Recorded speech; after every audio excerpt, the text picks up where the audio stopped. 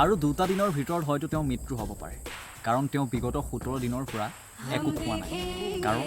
তেওঁ সোনম ৱাংচুক তেওঁ বিগত 17 দিন ধৰি এটা অনশন কৰি আছে ভাৰতৰ শিক্ষা ব্যৱস্থাৰ ভৱিষ্যতক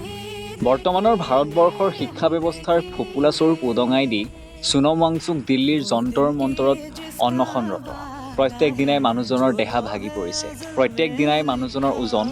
আধা কেজিতকৈও কমি আহিছে তেওঁলোকৰ এটাই দাবী পৰীক্ষা ব্যৱস্থাত বাৰে প্ৰতি বিফল হোৱা শিক্ষামন্ত্ৰীজনক অপসাৰণ কৰিব লাগে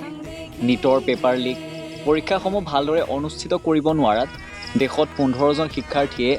আত্মহত্যাৰ পথ বাছি লৈছে কিন্তু কাৰ কথা কোনে শুনে চৰকাৰৰ এইবোৰত কাণ দিবলৈ নাই অলপো সময় আনকি বিৰোধী দলসমূহো নিমাত এটা কথা সকলোৱে মনত ৰখা উচিত দেশৰ শিক্ষা ব্যৱস্থালৈ শুধৰণি অনাটো কেৱল এজন ভাৰতীয়ৰ দায়িত্ব নহয় সোনম ৱাংচুকক যদি আমি হেৰুৱাই দিওঁ সেয়া আমাৰ দেশৰ বাবে এক বৃহৎ ক্ষতি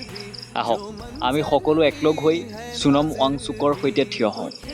অতি সোনকালে চৰকাৰে উক্ত বিষয়টোৰ ওপৰত এটা উচিত সমাধান প্ৰদান কৰক কাৰণ এই বিষয়টোৰ লগত জড়িত হৈ আছে ভাৰতবৰ্ষৰ লাখ লাখ ছাত্ৰ ছাত্ৰীৰ ভৱিষ্যত